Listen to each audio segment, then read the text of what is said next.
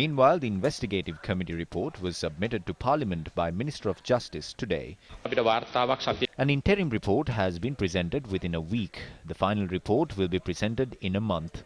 The report consists the background, inspection of the premises, the future course of action, evidence analysis, committee inspections and recommendations. I tabled this in Parliament. The subject minister and I have already taken steps to implement the recommendations. The report clearly says that an inmate was initially shot in the shoulder, but the minister openly mentioned that the inmates were not shot. It was a lie. Those who demanded for PCR tests were responded with bullets. The report mentions about a tablet named Dulciferm. When one consumes this pill, does he get inebriated?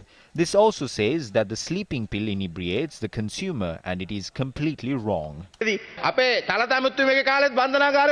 During Talatatu Korala's time, prisoners protested atop roofs, but nobody was shot, nobody was killed. But we remember how inmates were killed in Valikada. The Mahara Prison riot is a similar incident on the same day, same month. The government should be held responsible, or the world will think that this is a ritual of sacrifice. This is not a coincidence. We need to launch proper investigations into these issues. The Article 77 subsection 4 mentions that prison officers can only execute their power to contain a riot or prevent an escape. The law says that the officials cannot kill inmates during these situations. We have reached into these agreements in line with international conventions. It is the government's responsibility to provide food and protect. We initially used tear gas, then we used rubber bullets. The T-56 weapons have been given to prison officers not to use at home. They shot the sky as the final resort. Once the report is compiled, we will present it in Parliament. This says that the committee has declared that only prison officers were armed and they were the ones who used weapons.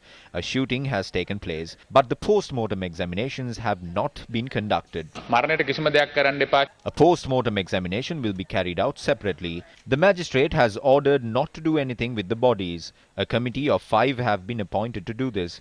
The report that you are referring to now is also compiled by the committee that we appointed. So there is nothing to hide. What do we gain from hiding this? The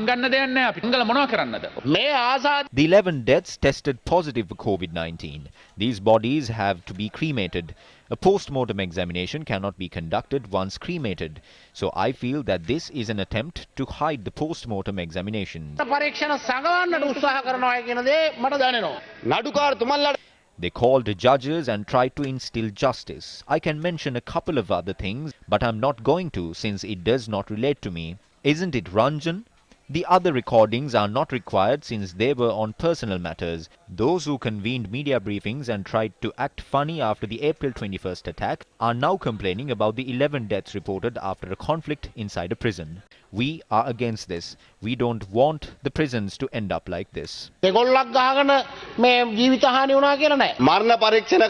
Post-mortem examinations are not carried out by random people. Honorable Hakim, please teach them.